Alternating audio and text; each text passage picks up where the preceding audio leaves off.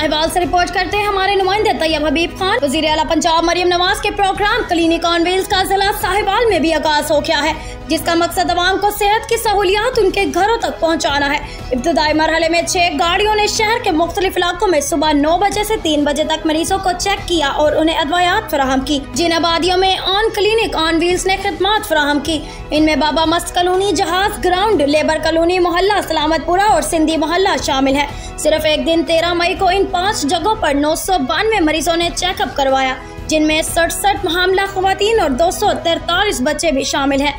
Deputy commissioner Saima Ali ने in clinic on wheels की कारकर्दगी का जायजा लेने के लिए मुख्तलिफ आबादियों का दौरा किया और वहां मौजूद मरीजों से फराहम करता सहूलियात बारे मालूमात हासिल की। उन्होंने कहा कि सूबाई हुकूमत की तरजीह अवाम को इलाज की बेहतरीन सहूलियात की फराहमी मुमकिन बनाना है और इस मंसूबे से ये सहूलियात इनको घरों पर ही दस्तयाब होंगी और इन मरीजों को अस्पतालों और मराकज सेहत जाने की भी जरूरत नहीं।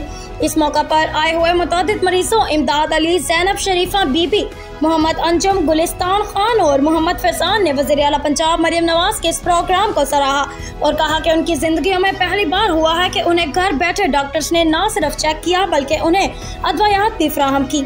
उन्होंने इस मंसूबे को शुरू करने पर मरियम नवाज का शुक्रिया भी अदा किया।